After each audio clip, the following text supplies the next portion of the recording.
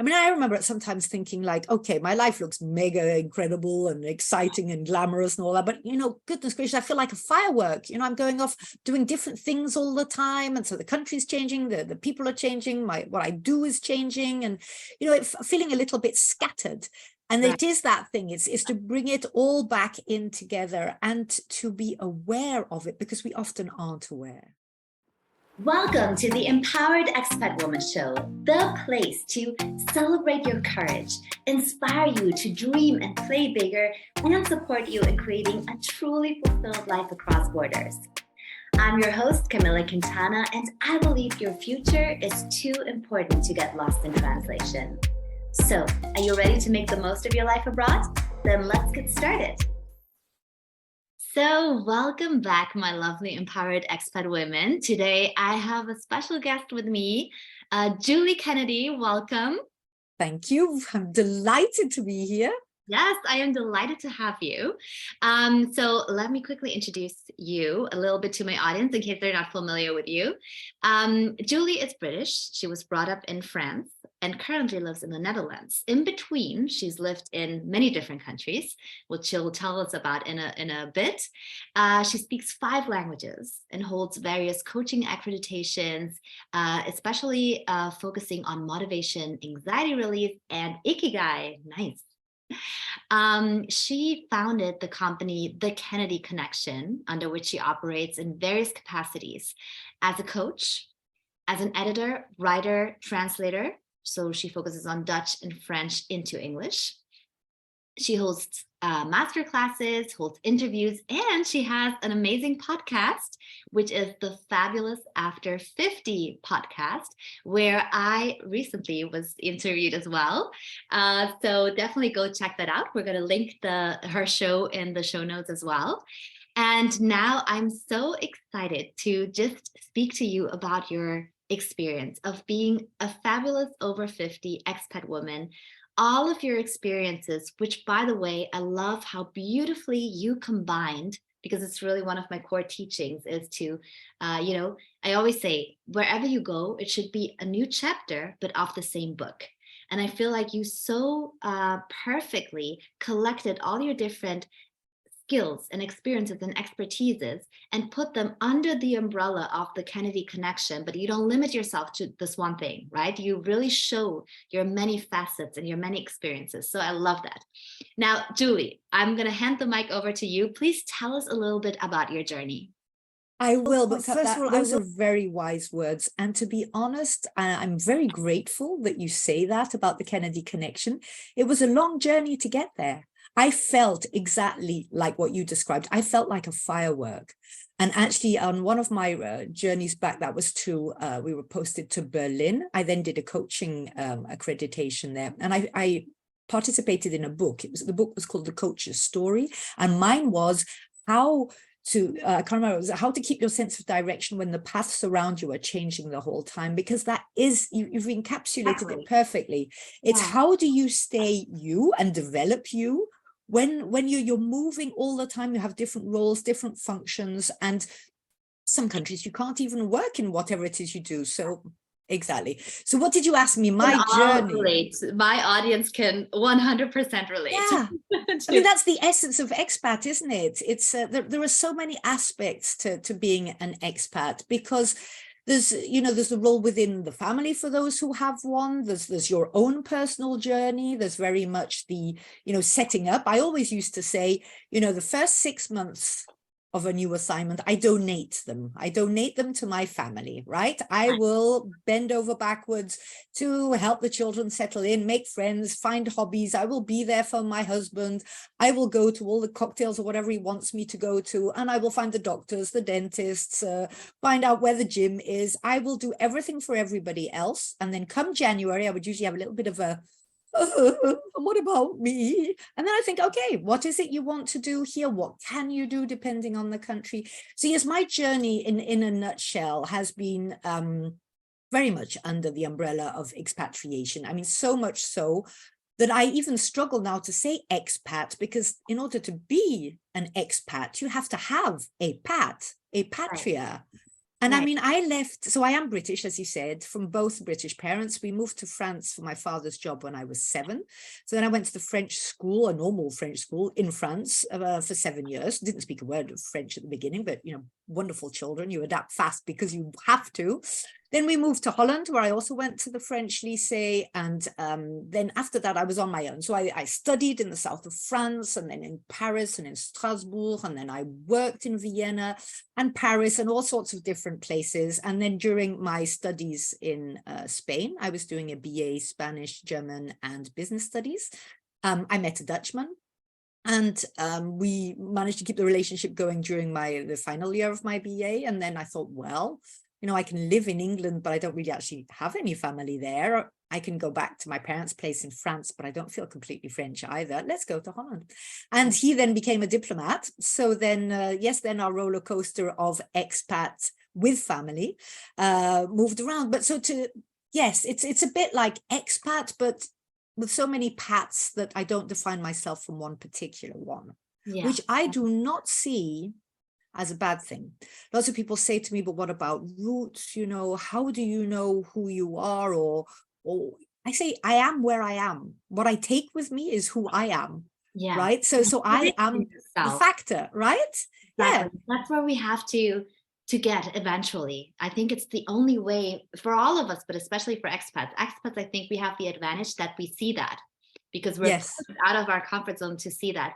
But really all of us, I think first and foremost, we need to be grounded in ourselves, rooted in ourselves, so that no matter what happens, we can somehow learn to navigate this and deal with it. And if we always define ourselves by outer standards and nationalities and culture, and this will really restrict us in so many ways. And that itself is a whole world, right? I mean, thankfully that there are people like you who are specialized also in the expat side, because I mean, the defining who you are is hard for everyone, right? You know, we have the mixture of, you know, the nurture, how we've been brought up to believe that we are, and all our limiting beliefs and all the rest. We have our wiring as women and as nurturers that we can huff and puff about most of the time, but it is there, and it is a part of who we are. And it's just, you know, the normal path of discovering who you are. You know, who am I? What, am I doing this to please others? Am I doing this for other reasons? But then, of course, you know, as an expat, you also are very much linked with your family, right? There's no one else when you arrive there. So you have this little nutshell. And it's all about learning who you are, as you said, as a person. So not as an expat, but nor as a mother, because of course I run the Kennedy Connection, where I do, you know, Fabulous After 50 coaching. And for everyone, it's a challenge, and especially for mothers. So let's say that a lot of our life is dominated by putting little people first. Then there's that, well, okay, if I'm not the mother of, and there's no more school runs, and there's no more, you know, football matches and all of that, then who am I? Who am I? Exactly. And we're going to speak about that. So let me pick up this lovely, catchy, what's it called? Like headline, or I don't know, that you have with the Fabulous After 50. I love that. So can you take us back to where you were when you were 50? What did you do? What was going on in your life? What were you? Well, that's an interesting one, because it's also sadly the story of lots of expats. So I was married for 20 plus years, and we did all our countries. And then at some point the ministry said, right, okay, you know, it's time you come back to Holland. So as I say, my ex-husband now, that says it all, is Dutch. So we came back to base. And after a few years, we divorced. And I'll be honest, it was actually my decision, not for anything particular. I mean, my mother's still convinced it's just because I missed the adrenaline of the expat life, and that I didn't know what it was like to not move, and that my life just seemed so empty and confusing and small. But anyway, we did decide to divorce, and that was actually just before my 50th. Thankfully, it was a very amicable divorce in the end, and we're close friends, and he has another partner who's also in the diplomatic corps, and we can get together as patchwork families, for which I'm extremely grateful. So if I think back to 50, it was a very actually exhilarating time, I must say. Okay. It sounds awful. I mean, there's an awful lot of pain in divorce. I would wish it on no one, and it never goes away. You know, yeah, you there's a part of you which breaks off, and I feel it acutely often. I have 3 children as well who are older now, but so 50 I had with you at that time when you were when we divorced, yes, the youngest was 12. Yeah. Oh, Yes. Oh, yes. mhm. So the elder was finishing his IB, and the second one was 2 years behind that. And it had been a thought for a long time. I'm not the sort of person who divorces easily, and especially just the fact that I did marry. I remember saying, this is forever, you know, then otherwise I don't marry. I'm not that sort of person. And I struggled for a long time with the idea that I don't want to be part of mainstream divorce. And of course, you don't really envisage the option as an expat. You know, I was living in the sort of countries where, yeah, I mean, would I say I didn't think about it? I certainly didn't think about doing it, that's for sure. But there was the relationship, we weren't good for each other anymore. We weren't good, and it wasn't bringing out the best in each other. But it's a whole different ballgame when you're an expat, right? It's where do you then live, and how. I know quite a few other colleagues here from the Dutch embassy who divorced, and you know, then had to stay in Holland because, you know, they didn't want their children to have parents in different countries. But for me, those 50s, I did feel fabulous. I had a bit of a second adolescent crisis, and so I was actually full of life and partying and dating, I must say. So I felt very liberated. I felt very empowered. I felt, yes, worried financially, because as most of us expats, you know, our careers have maybe not been as they would have been if we had not chosen expatriation. But there again, it's about taking responsibility and doing what we can. But it was a very exhilarating period. So I celebrated my 50th by, I think I had, you know, total cliche. I got a tattoo. I did some skydiving. Oh my God, but that yes, sounds like a really fun period of time. but it is a milestone, and for lots of us, yeah, why fabulous after 50? Because lots of people don't feel fabulous at 50, and nowadays 50 is I nothing. always say I've always been a big Jennifer Lopez fan, and I always Yes, say if she can look like she looks and do what yeah, she does and be who she is at 50, I don't know if she's 55 now or something. yeah, Oh my God, I mean, exactly. imagine, right? It's all in your mind, so it's exactly what you coach as well. Fabulous as 75. So times are 100%. changing. Times are changing. Yeah. Yeah, times are changing, and it's all about your mindset. And obviously, you know, you have to look after yourself. And, you know, if you're just smoking and drinking all day and lying on your couch, yes, you're not going to feel fabulous. But I mean, that applies to everybody, right? Yeah. So let me pick you up on what you said, right? So you have this experience of being an expat really from childhood on, actually. Yeah. And then also, well, kind of repatriating, not really the right term in your case, but you know what I mean. So how would you say, both for you and for other people that you surrounded yourself with, how would you say does this change when you turn approximately 50? Like, let's just mark that 50 mark, right?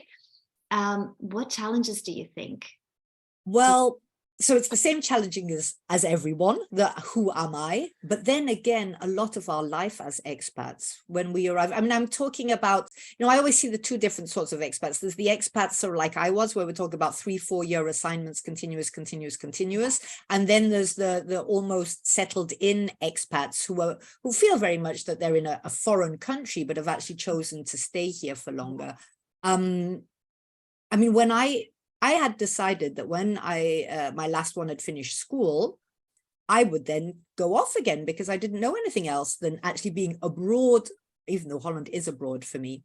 But I also realized that it's a different kettle of fish if you're alone. And so we're talking about, say, alone, you would have to be the one working, right? If we're talking about expatriation from that point of view. But if we're talking about partners of, right, and your children have left home, if you have had children, then it's an extra challenge, certainly, because a lot of our life and friends and, you know, our routine of the day is defined by the people that we're looking after in our house. So that can be challenging.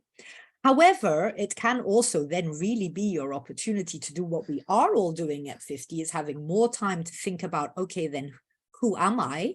What do I need to be happy? What is my legacy? What is it that I want to leave behind?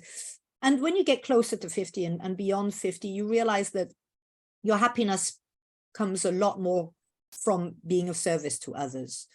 So it's less so much, well, what's in this for me? It's more like, what can I give back? And in which way will it have the greatest impact? And from that point of view, then it's wonderful. You know, I've often thought, if I had still been married, or if my current partner, we were looking at some points of going abroad, because I miss it. I love the, so we say, is it not adrenaline junkie? I don't know. I just love the adventure. I just love the fact of being able to broaden my horizon, to meet new people, new languages. You just, if you're open to it, and that's obviously what you coach as well, you know, it is just such a gift to be able to go to whatever country. I mean, Cameroon was my first country, which was perhaps not the easiest. You know, the climate was certainly not clement. Officially, I wasn't allowed to work. There were a lot of issues with security, with carjackings and all that, but I loved it. It was just, yeah, you take the opportunities where you have them. But so I would say the fact is that this time it really is up to you to look at, well, what will my life look like here? What do I want to achieve here? What do I want to give back? How will I make this posting purposeful for me? Yeah. And, you know, I think a lot of times what I see with especially expat wives, they have done so many marvelous things. They have so many different experiences, skills, traits that others don't, right? Just because of their really rich experience. But sometimes they don't even realize that they have. Exactly. That's so it's really exactly. also, yes, reminding yourself and maybe writing it down or telling someone about it, of everything you've done and achieved, and how you were able to reinvent yourself and thrive in different environments. I mean, that is incredible. So it is, and those skills are actually very much valued when you come back to, say, Europe or you know, Western world where you can work. The flexibility, I found that a lot in work, is that people already, from the point of view that you have adapted, that those are, you know, the modern day skills now, right? It's flexibility, it's openness, it's tolerance, it's not looking at the differences in a bad way, but wow, lucky me to be able to discover a different way of looking at things. I mean, those are skills that are very much in demand. Yeah, and I think we need to, even though, you know, you may not have so many like traditional professional skills that you can put on a CV, you have so many others, including like soft skills, right? Yeah. You need to lead with, because you have a lot to offer. And if you approach it from this aspect, like Julie says, that it's really about contributing and being of service of others, then there is this mission, there is this compelling reason why you must really, you know, realize for yourself everything you have to offer, and then offer it to others, because they're exactly. And that's what makes you happy, right? And it makes sense of the whole thing, because I think as expats, you know, if you've moved really a lot, I mean, I remember sometimes thinking like, okay, my life looks mega incredible and exciting and glamorous and all that, but, you know, goodness gracious, I feel like a firework. You know, I'm going off doing different things all the time, and so the country's changing, the people are changing, what I do is changing, and, you know, feeling a little bit scattered. And it is that thing, it's to bring it all back in together and to be aware of it, because we often aren't aware. I remember crying to my mother, oh, what am I going to do now? And, you know, I've given them all the best years, and my career, you know, my CV looks like incredible. You know, people are like, I've got high studies, I've done all of this, but at the same time, where's the 10 years of high level management at the same level? And it's not easy. I did get very frustrated sending my CV in. And it's hard to fit the box, right? I was going to say, there are people who won't get it, but I want to believe that there are others who do, and who really value. Yeah, I do. And that's where they pull on that flexibility, adaptability, openness. You know, this is the way we do business nowadays with teams. It's not the old hierarchical system where somebody barks an order and you run. No, it's very much about getting people to work together. And we're used to that because we've had to do it. Yeah. Right. And that's what's needed. So if you know, you are looking to really expand your professional experience and you're you know, fabulous after 50, then I think it's really about believing in your worth and having that grit that you have acquired throughout your expat years, to keep trying, because eventually there will be someone who really understands and values everything. Exactly. And to never forget, when I remember people asking me about my professional experience, and I'm like, well, do they make a difference between paid or not paid? I will always say the strongest experience I have ever had in my life is I won't go into it, a very long story, but anyway, from being a vague member of a women's group in Senegal, because I needed a car, so I hope to find it within the community. Within a year, I got parachuted to being the president. It's a very long story, a very incredible story. The last thing on living planet Earth I wanted to do was be planet president of a women's group. But anyway, God, did I learn. The first time I had to address the group, which in those days was probably only around 40 people, I vomited in the toilet. I was so scared. Right. Flash forward 3 years, I speak to 250 people. I love it. I'm thriving. I discover an element and a side of me I had no idea I had. And that is what I use today. When people say, how do you do that? Speaking in public and all of that, etc. That women's business group taught me that. Yeah. And that was not paid.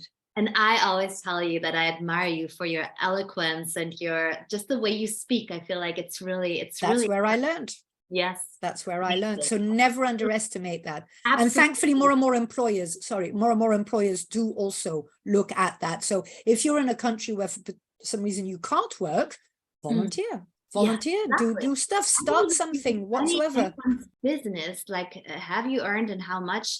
It doesn't matter. What matters is the experience that you gain. So definitely, exactly. Right? If you were to create a CV, definitely put all of these experiences on. And from that point of view, we have even more opportunities when we're abroad. I mean, even in difficult countries in Africa.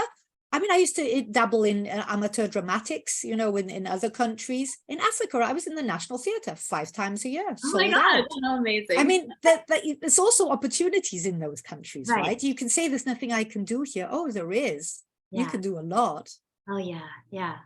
I love that advice. I love that advice. And I think it's so important to always remind us of that, because it can seem like it. It can seem like, especially if we compare ourselves to people who are, let's say, back home, if there is such a place as home, or back in a previous destination, and people who are settled and who haven't moved. And it seems like they have it all figured out. They have it all planned out, and I have nothing to do here. And we always need to remind ourselves that while there are some obstacles, absolutely, there are just as many opportunities that are just waiting for us to be tapped in. And I feel like it's a gift. So empowering. Yes, yeah, it is. So let me ask you this. Is there something that you would tell your younger self, some kind of advice that you wish you knew, or you wish you had that in mind when you were younger, or maybe even something that you would love younger expat and diplomatic women and spouses to know? I think it's to really embrace the all. I think we're often very hard on ourselves. We should be doing this, and we shouldn't be scared of that. We should to just embrace the whole and be very open about what we're experiencing as we go along. I mean, one thought I would have is be smart and put away money for a rainy day, right? But I remember somebody saying that to me on my first posting, and I was a bit like, oh, what a strange thing to say. She'd also just been married recently. But somehow that can be a bit of a challenge, if your career has been different for all the reasons that you've chosen for it to be. And that's also a very important one. No regrets. No regrets. Some people say to me, do you regret then not having continued your management consultancy job? I say not a second. I would not have missed any of the adventures that I had, even the bad ones, a child getting malaria and all of that. All these things have made me the person I am today. And I would have been, I think I would have been half the person I am if I hadn't had all those experiences. So it's, I mean, we wish we could coach ourselves to be, have the self-confidence and the broad-mindedness and the self-love that it usually takes us until we're around 50 to develop. But it is to just be proud of who you are, seize every opportunity, don't be frightened, to try something new. To be yourself, to find out who you are. And I always find the challenge for expatriation is we don't become where we are, but we are open to what they're doing. I mean, I'm helping a lady with a cookbook at the moment, so I'm editing that, and she's traveled. Oh, she's lived even more places than me, and so we're making this cookbook about her, what it means to her, and traditions and food, and it's really that fine line between. She wanted to pass on her tradition to her children, so who had never lived in her home country. So very much working on that, but yet at the same time being very open to the cultures of all the different countries they lived in. So then accumulating that, and then you end up having a wonderful household where, there's practically every day there's something to celebrate here, because somewhere I've lived, it was a party day. So it's, and the menu is so, it has so much variety. So I can also relate to that. Yeah. Yeah. And it's to not be frightened. You are never alone. You are with you, and make sure that you are your own best friend, right?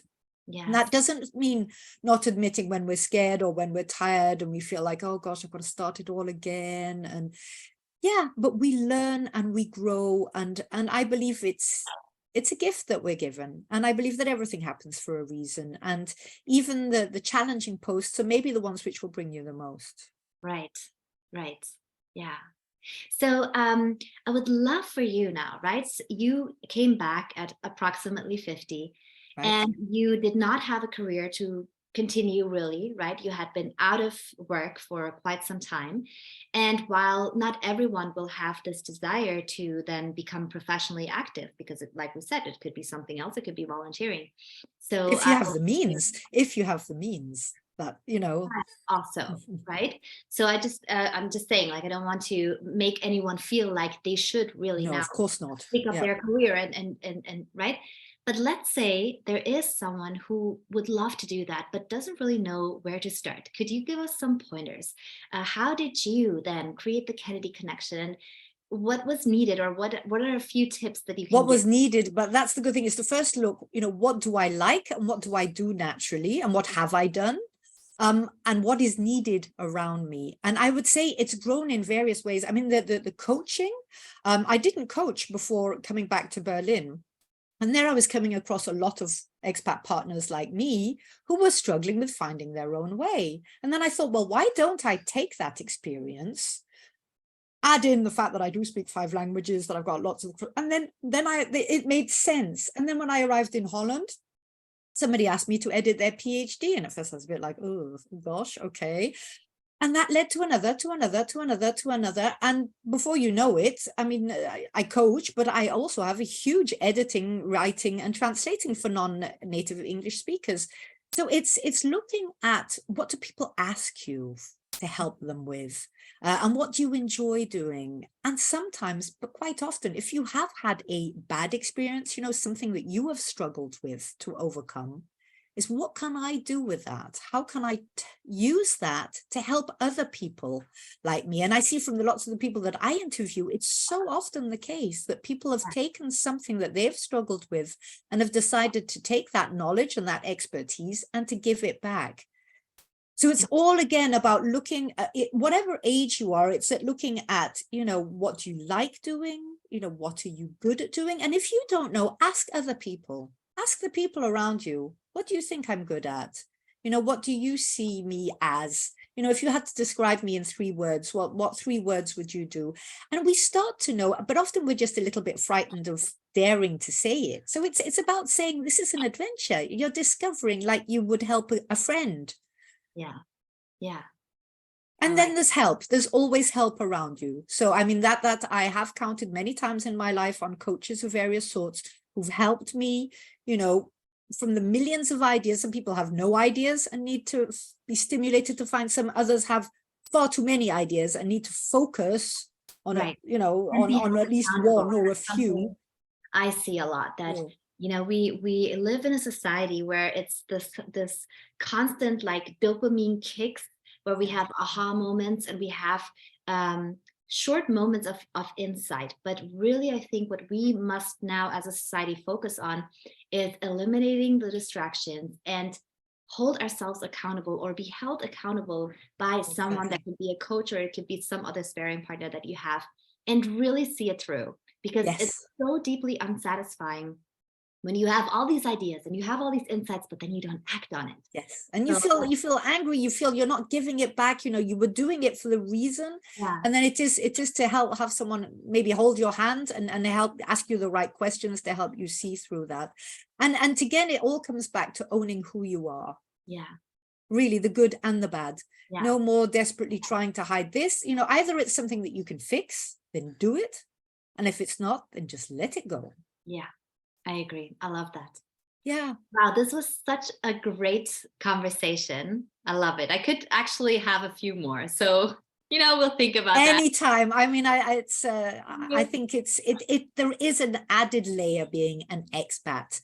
We're all human. We all cope with the same challenges and with aging and self-doubt or whatever it is that we're going through. But the expatriation element does add an extra spice to it, which can be used to give incredible flavor to our life. Yeah. I always say, when I meet my clients for a new client for the first time, we are in different countries. We may have different backgrounds even. There is a screen between us, but there is this instant connection. There is this instant understanding of each other's situations and backgrounds and experiences that really brings us together and connects us. So it is such an amazing, I love that you've said that, because that is something that I have felt so strong. And I've tried to explain it to other people that, I mean, here I've got loads of lovely Dutch friends and families around me, but somehow it's never the same thing. And I remember once, you can always connect to someone who's also, yes, but it's just there's something which happens. And not so long ago, I was sitting in the bus next to some Asian gentleman anyway, and he was reading a book, an English book, and I was just discreetly looking over my shoulder. And at one point I was super rude, and I sort of said, look, I'm extremely sorry, but what is that you're reading? It's fascinating. And we had the most amazing 20-minute conversation, as if we were soulmates. It was really incredible. And said goodbye, never saw him again. And I thought, the connection I felt with that person, in a way, on some level, is a lot stronger than some other, it is a tribe. I believe it's a tribe. I say it's a tribe. The expats are tribes. We recognize each other. Yeah, we have so many different experiences that it makes it easier to connect with the experiences of someone else. Exactly. Right? There's oh, I don't know. Now I have a few new Brazilian friends, and I can say, oh, you know what? My sister-in-law is Brazilian, and we just went to the wedding. We're a really multicultural family as well. So it's just all these things, right? Or, oh, I lived in this country and I have friends from there. It just really connects us. It's beautiful. So let me ask you a question that I ask all my guests, which is, what does being an empowered expat woman mean to you? It means fully owning all of who you are and all of the experiences you've ever had as an expat. It's really about embracing the huge richness we're given as being expats. So that's what I would say. It really is. It's if you want it down to the details, it's not comparing, not moaning. It's saying, okay, drat, there's no electricity and the generator's out of whatsoever. But hey, what an adventure I'm having living in Black Africa. Lucky me, so many people don't have the chance. Let's go to the next petrol station and see if I can haggle for some there. It's really about owning all of it. And, this is our life, and life is precious. And I'm assuming that you haven't been dragged by your hair to whatever posting you are at, but it's to just really embrace it and see everything which happens as a gift, the different plant outside, the different tree, the different whatever, and to own all of it with no regrets, just taking and making something good, and the things which are less good, just working through them and knowing that they happen for a reason to make you who you are today. And that's empowerment. I love because that nobody can take that away from you.